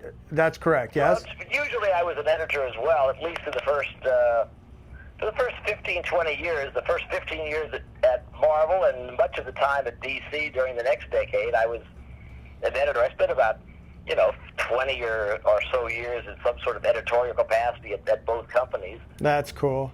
So let's talk about, because this is a Star Wars theme this week and a new movie coming out and such. Opening up tonight. Yeah, it's opening up tonight. Yeah. The story of how you bringing in the Star Wars comic book helped save Marvel at the time. That's the story. Yeah. Well, yeah, I didn't really have that in mind, nor did I know about it until years later when Jim Shooter wrote on a blog of his, maybe a decade ago now, that the success of Star Wars, those initial 6 or so issues, maybe the early issues. Yep, first 6 issues were the movie ones. That they, those were the movie ones. That those issues and maybe the continuation for a little while were a sort of a I didn't know it, but they were, I guess, a direly needed shot in the arm financially for Marvel at a time when evidently Jim Galton, who had come in and had been placed in as the new CEO. President in I guess around 1975 or so. 75. He had been given supposedly a year or two mission to kind of turn Marvel around, or they were basically, I guess, going to sell it off for parts or something. And he was working at it, and he worked at it real hard. But one of the main things that seems to have helped, according to Jim, and hints I got even from him in a brief conversation a few years ago from Galton himself, is that the success of Star Wars, the enormous amount of money it brought in with all the reprinting and so forth back in 1977, The reprints. really bought a lot of time for Marvel to turn itself around. It's not that Star Wars, saved Marvel forever, but it bought them a lot of time by giving a needed infusion of cash. And I think the best way to express this is what Jim Galton told a friend of mine who passed it on to me before I talked to Jim over the phone. A publisher friend of mine in Columbia, South Carolina, I published academic books. He was a college professor. Said he spoke with James Galton on a particular matter. He didn't know and when he found out that Galton had been the president of Marvel Comics until a few years earlier, he mentioned, "Oh, I know someone who used to be editor-in-chief there and a writer there, Roy Thomas." And Galton said to him, "Oh, well, tell him hello for me. He made me rich." Oh, wow. Which means, of course, that, because obviously I never got rich from it. Neither did Howard Chaykin or anybody else of it at Marvel individually. But Howard Chaykin being the artist who did the cover for #1. Howard Chaykin, yeah, being the artist of the those 6 issues, right, and so forth, the primary artist. Did you script those for comics? Did you script them, or what would you call that if you were doing the movie adaptation? Although Howard had a lot to do with the actual breaking down of the story, I sort of turned it over to him and said, just, here's the script. There was no sense by writing out a synopsis for it too. Just break it down into the 6 parts, sort of evenly divided. Howard knew how to do that. I'd worked with him before. If he needed to talk to me about anything, I was just a phone call away at most. So he sort of broke it down, and I just did the script. Yeah. Okay, so you didn't really. I was the editor, so I could get any changes made I wanted, but Howard did such a good job. I didn't have any problem there. You didn't really actually touch on like how the property came into Marvel and what you had to do with it. I sort of working at it backward, I guess. The way the property came to Marvel was a little strange. We had been doing a few adaptations from time to time. There'd been 2 issues of a Sinbad movie that I had edited, and I think they had just started the Logan's Run. It was just starting to come out or about to come out or something. Loved Logan's Run. Yeah, but Marvel wasn't really interested that much, of course, in doing adaptations of movies because, there really wasn't a lot of money in it. I mean, you didn't own the property. You couldn't merchandise it later. All you could do was collect the money for the comics. And they were really more interested in developing their own characters because then they could merchandise them, to, I don't know, Slurpee cups or whatever, eventually to movies. Slurpee cups are still around from the 70s. Yeah, so basically what happened is that in, I had heard of, I had dinner with George Lucas through my friend Ed Summer, who owns the Super Snot Comics store. Oh, cool. I knew Ed Summer very well. He was one of the earliest comic book stores. George was a partner in his art business. So Ed and Lucas and I had dinner. Maybe Gary Kurtz, the producer, was there too. Wow, I don't remember. that. It seems like there was another person there. But of course, I didn't care if Lucas was there. I didn't care who else was there. Anyway, it was just a nice dinner, and we said complimentary things. I was a fan of his recent big hit, American Graffiti. American Graffiti. Which I like very much. And he said some nice words about my writing of comics, especially, Conan, but different things. George Lucas was a comic book fan, correct? Obviously, friends with... Quite a bit, and as I said, he was a silent partner even in this comic art business with Ed. And he was quite a fan of that. He was, another great comic book influence. Also, I learned. And so that night, that would have been in early '75 probably. Oh, wow. Which is, about 2 years. 2 years, 77 was the comic, yep. There wasn't even a full story yet. They had elements, but they weren't sure, because they were talking that night about a movie that was going to be called The Star Wars. It has the word "the." I love that. And it was, it seemed kind of it seemed like the story wasn't really set yet. And later I discovered they had these various versions that where the original Han Solo was like a 7-foot or whatever amphibian, and things of that sort. No way. The hero was going to be this older guy named either Luke Skywalker or Luke Starkiller, and I think they might. Right, Starkiller. Yeah, I've heard that bandied about. That's about all I remember from there. I remember that the idea of the Starkiller and the fact that it was the Star Wars, but mostly, when they were talking about that, those 2 or 3 guys. I was just kind of a fly on the wall. I didn't really have much to contribute, so I was just kind of listening, and I kind of forgot about it afterward. Then comes that's not quite a year later, but 8-9 months later. So in February of '76, I got a call. By that time, I had stepped down, several months earlier as editor-in-chief, and I was under contract to Marvel to write and edit my own stuff, but that was it. I wasn't in charge of the company anymore as I had been through the middle of '74. Oh, and, cool. I got a call from Ed Summer, who, he lived across town, but his store was only a few blocks. Where was his store? What was it, 79th and 2nd? Or Let's see, I lived on East 86th Street, right. 1st and 2nd. He was a few stores down. 81st. I thought it might have been in the low 80s. Yeah, 81st. Yep. Something like that. Yeah, just a few blocks One of the away. earliest comic book stores in Manhattan, and one of the coolest. It's a nice little store, and he and I had become friends. And once by that time, my wife and I had broken up for the last time, so I spent a little time. We used to go to movies occasionally, and I'd drop by the store occasionally. And we became a little closer simply because I had more time on my hands. And we always got along pretty well. He's a little younger than me, but he was, but we had similar tastes in certain things. Anyway, he called me up one day, I don't remember when, afternoon, I guess, and I believe the same day he said he wanted to bring by a friend of his, an associate of his, who was sort of George Lucas's, I don't know if he used the word media projects director, that was the official thing, but he was obviously a right-hand man for merchandising for George Lucas, and he'd like to talk to me about the movie and Marvel and everything. And I said, well, I'm not editor-in-chief, as Ed well knew, but I said, I'll listen. So we came up. I guess we had dinner or something before that. I mentioned later a spaghetti dinner. Maybe we told stories, whatever. But at some stage, we came back to my apartment, probably that very same night that Ed called, I think. And Ed didn't have that much to do with the pitch, but Charlie Lippincott was the guy. I've heard that name. He'd been with, officially with Lucas for a few months, and he was in town, evidently primarily, about merchandising, and one of the reasons the particular timing was that there was a toy fair in town at that time.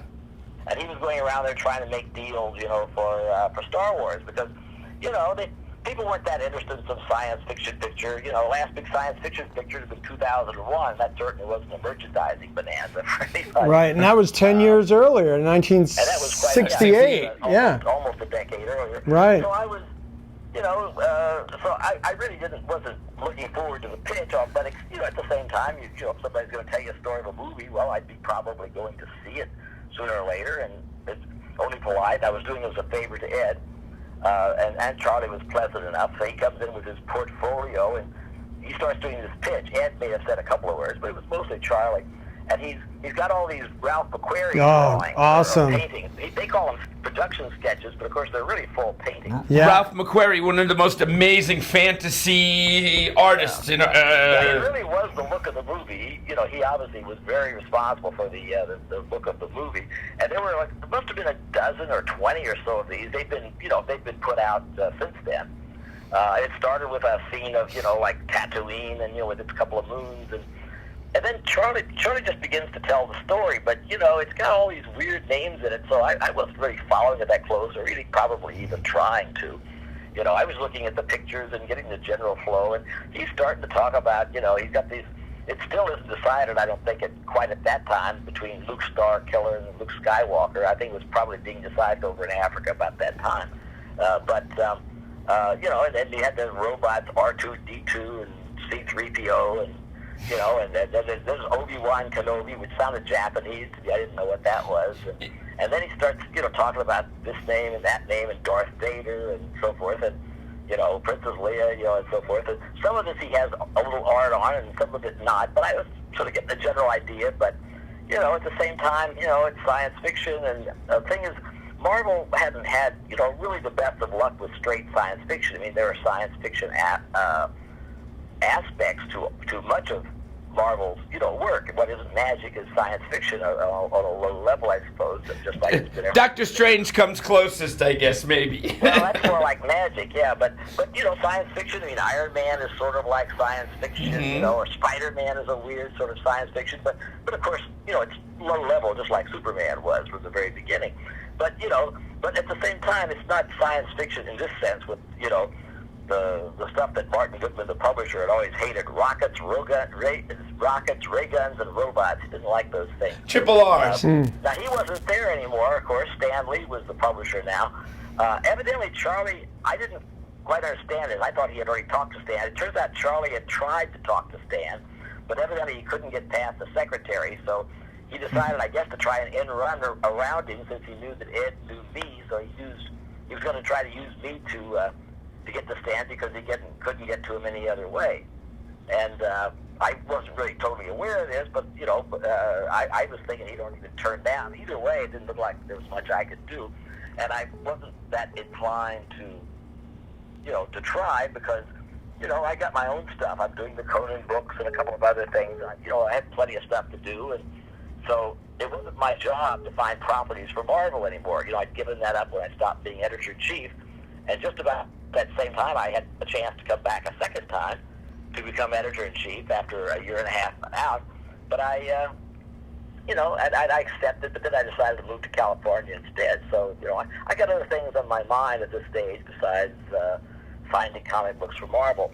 But as Charlie is turning over all these paintings or productions. The production drawings and the paintings. Finally, he suddenly gets to one and that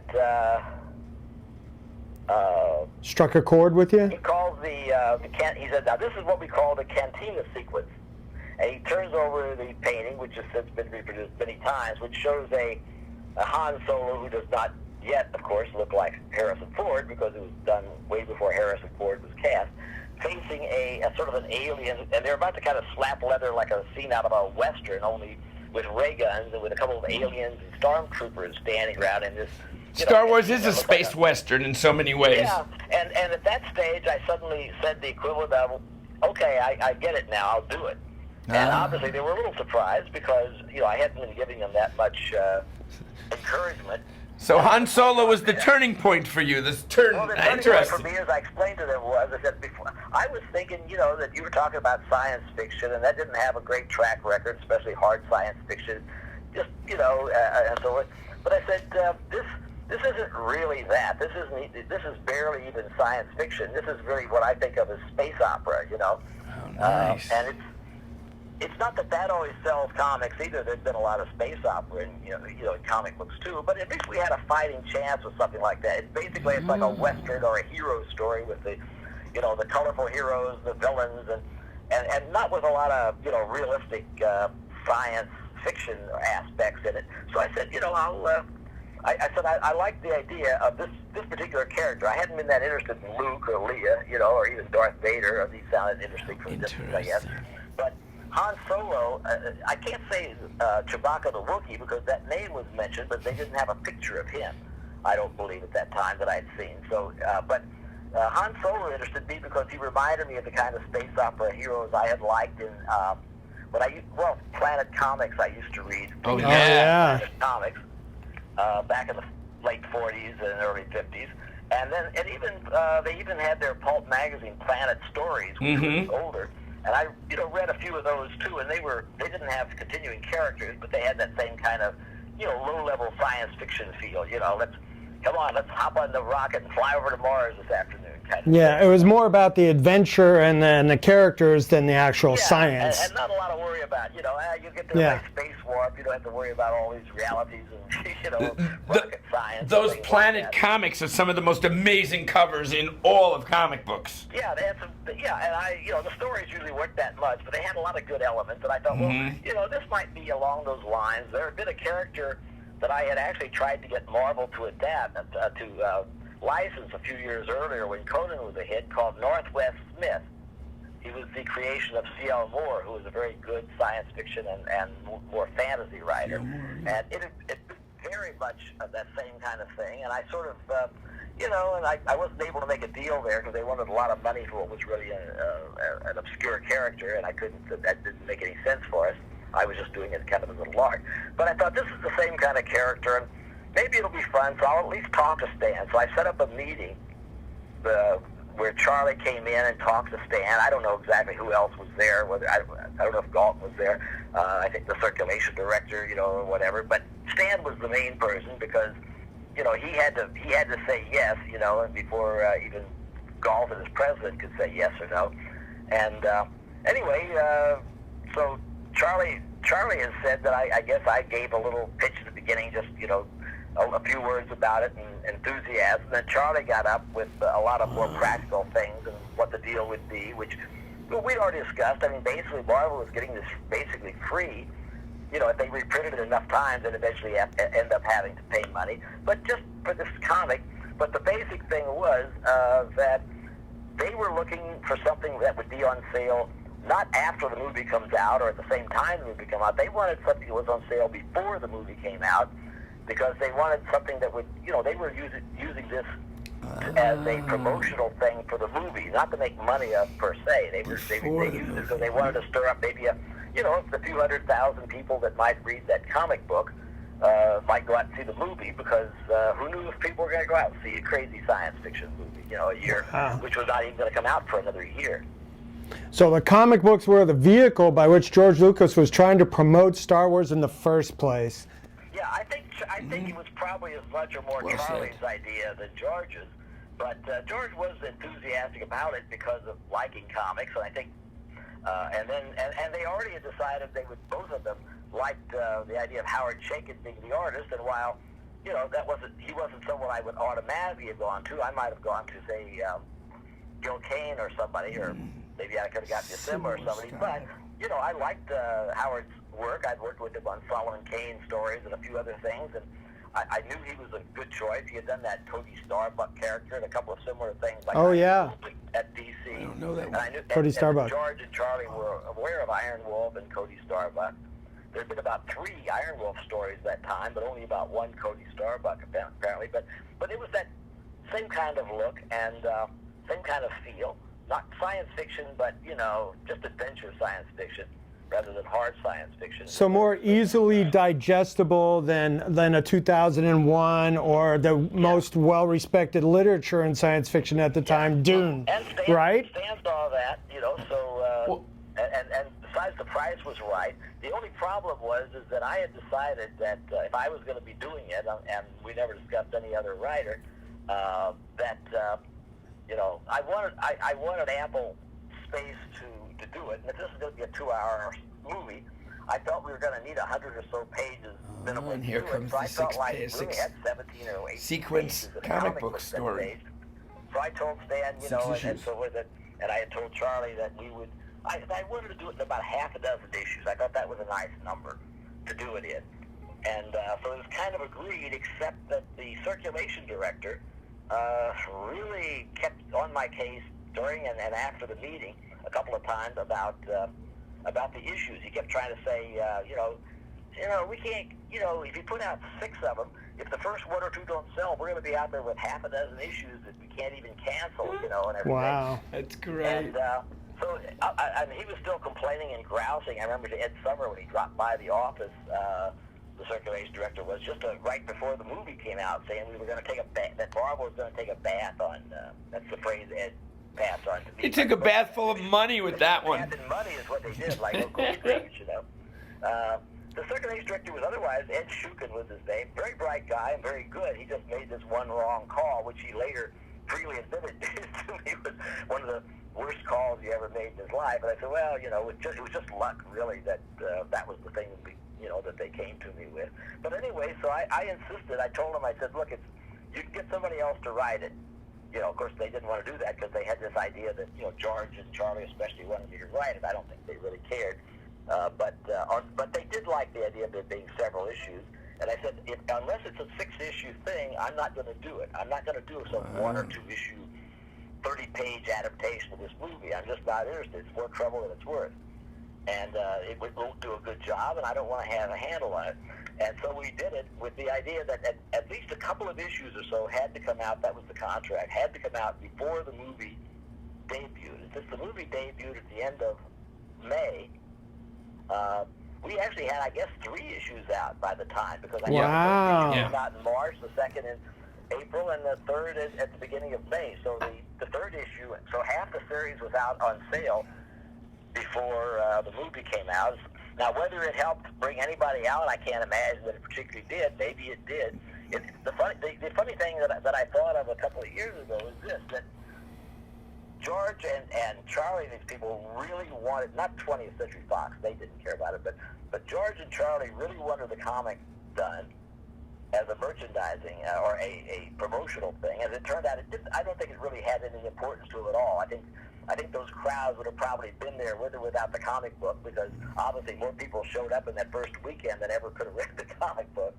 But at the same time, what's funny is that Marvel, which had not been very interested in doing the movie as an adaptation, it turned out to be very important to them. As I said, it may have saved them from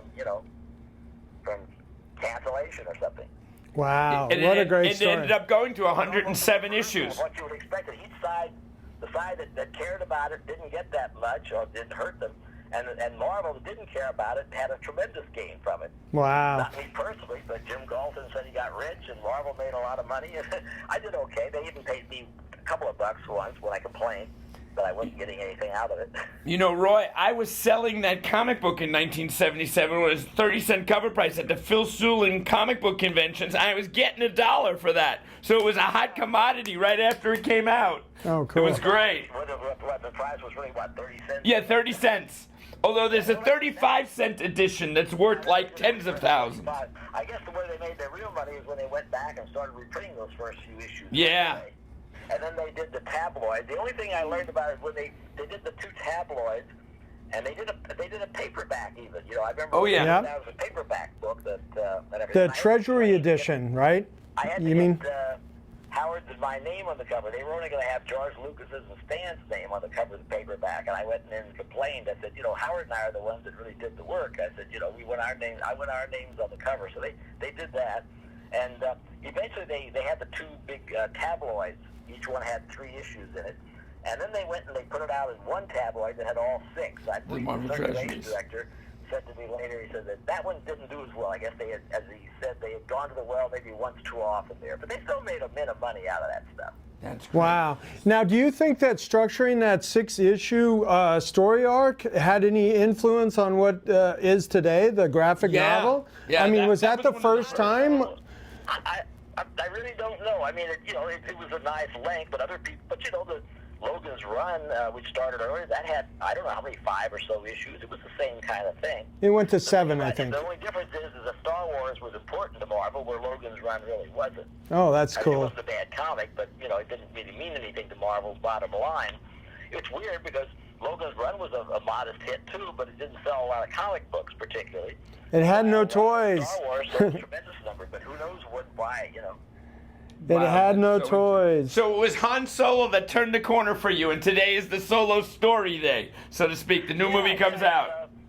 I'm less enthusiastic about it, without Harrison Ford. Without Harrison Ford in it, but of course he can't exactly play the young Han Solo. He was already 30 or so, I think, when he played him the first time. Right, he was like 33, I believe, because he'd been. He's a little younger than me, but he was already in his 30s, and so he's. And I had met him a couple of times, before the movie came out. And I haven't seen him since. I've just been once at George's and once at a little party. Oh, cool. And, but it was nice. I got to really I liked the thing I liked best about the movie was, as I had thought it might be, Han Solo and Chewbacca the Wookiee. And, and so when I had to continue the things, I was having trouble, getting permission to do this or do that, because suddenly the movie became a sacred cow, and suddenly it was hard to get, permission to do this or that with the comic book. So I managed to turn it into a Han Solo and Chewbacca comic for several issues, and that interested me. And then when, when the sacred cow aspects of the movie just kind of overwhelmed me to the point where I felt this comic book is not going to be fun anymore, because I'm going to have to get approval for everything I want to do, and they're going to say, well, we can't do this, we can't do that. So first time I had 1 or 2 little bits of problems, like when George Lucas didn't like my green rabbit I made up for the... oh, yeah, I remember that. That was in number 7, the rabbit. I decided, listen, I just told him it's been fun, I'm finishing this little storyline, and then I'm gone, and it got turned over to Archie Goodwin, and I think, I think he had a better feel, or he was more enthusiastic about it. I preferred to go back to Conan because Robert E. Howard was safely dead, and he wasn't going to give me any lip. So you didn't get any of that corporate interference with those properties? Right. Well, I had a good relationship with the literary agent for the Howard estate, Glenn Lord, And you know, he was just, you know, it wasn't like he was a big comics fan, but he was just interested in getting money for the estate Right. and getting Howard a few more readers. A lot of people would go from the comic books to then buy, you know, The books. paperbacks or Yeah. whatever. So, and I could do sort of, you know, I sort of had a vision of what I wanted to do with Conan. Glenn understood that, and he didn't have any great quarrel with it, and so I was just able to do it. And nobody else at Marvel, you know, interfered. Stan didn't know anything about it. Nobody else could control me anyway, so I just did what I wanted to do, and Conan became a huge hit for Marvel by the last half of the 70s. Right. With And the movie. Star Wars, it was never going to be like that because I was just, you know, I was immediately just the tail on the dog, and, you know, I was asking Charlie Lippincott over the phone things like, you know, can I, well, to carry on the story with issue number 7 on, can I do something with the romance between Luke and Leia? They said, no, you can't do anything like that, you know.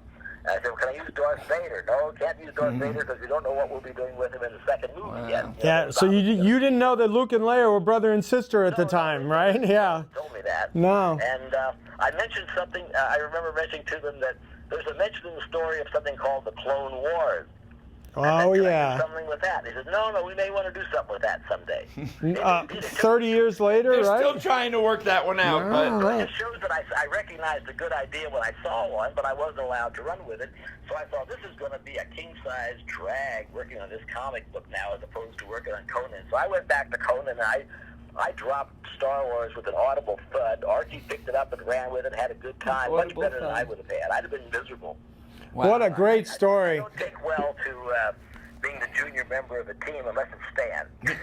I still have a vision of you, George Lucas. You said Gary Kurtz and Ed Summer sitting at a dinner table way back 2 years before the movie came out, thinking about what you guys were doing in merchandising and a comic book about to be done. Yeah, that's awesome. Do you remember where you went to dinner, that restaurant, or where that was? No, it was somewhere. I think it was somewhere on Second Avenue. Uh-huh. You know, Okay. a few blocks down, not far from it. Right.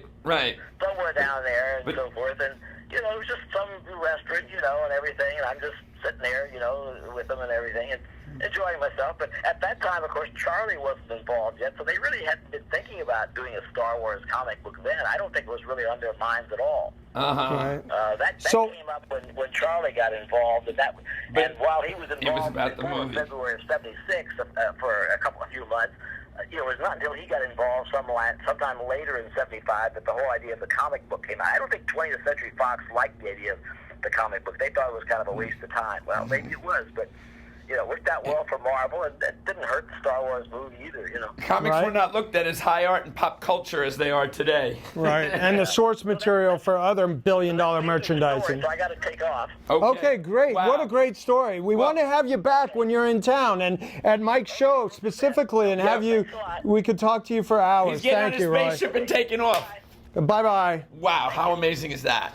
That was incredible. Wow. What a great I didn't story. know any of that stuff. You know, I knew That's Ed the Summer. inside stuff, man. I knew Ed Summer really well at Super Snipe Comics. Oh did man, tons I of remember business the with him. he was the first guy to make a comic book out of his merchandising and his whole catalog, remember? He would have Joe Kubert do a cover Yeah, oh, and yeah, all that's that right, stuff. that's right. Yeah, There he was- made a comic book out There of his was also merchandise. this poster that they gave away, this really cool, an image of the first, the cover for Star Wars #1, and it's worth thousands of dollars. Oh, that's Yeah, right. and Ed I Summers actually was had involved one in of that, those. yeah. Luke, Luke Skywalker. Starkiller. Mark Let's start Hamill. calling him Starkiller No, from but I now on. had I like one. that. A guy sold me one. Forget It's that still in Skywalker the stuff. tube. Yeah. It was still in the tube. Luke, Mark Hamill was walking around San Diego Comic-Con that year saying, hey, I'm in a new sci-fi movie. Check this out. That's and handing great. those out to people. And the guy had one that he had never opened. And we never even talk about the influence of Buck Rogers and Flash Gordon. Yeah, you know, that's all- so all obvious that's true. in anything, in the original Well, sci-fi comic and strip guys. Dune. I mean, if you ever read Dune, no, Yeah, I love that Dune, was but like I think that's a little different than this. that was too that's thick. real science That fiction. was not digestible for the general popcorn eating market, and it still isn't today. Dune hasn't broken through, but there's a lot of influences that I think that George used from Dune in Star Wars. There's actually a guest that I'd love to bring on. He's still around, a renowned director called Alejandro Jodorowsky, who did a movie called El Topo and Holy Mountain, but he also did a whole movie that had elements of Star Wars, elements of Alien, elements of Dune, and it was part of that. And at one point, he had taken it to all the studios, and they all rejected it, but years later, each of those ideas came out in separate films. Right. It's a great, but he's somebody I want to bring on. So we just want to sign off right now as a segment It for was our Roy Han Thomas Solo interview. That started the Star Wars Yeah, comic that book, so to influence speak, of Han right? Solo. And here we are, Solo Day. And the Ralph McQuarrie. Oh, we're going to have some Ralph McQuarrie material on the real You're gonna show bring today. that? You're gonna get yeah, that? I have You got some. it. Great. And All right. so we're going to cut this off right now and go so we can come back to our regularly scheduled show. Live from Sea Caucus or on tape. Yeah. Previous week we recorded. The Solo Day. Yeah, what a great awesome. story with Roy Thomas. That was great. Awesome. Nice. Cool. Nice.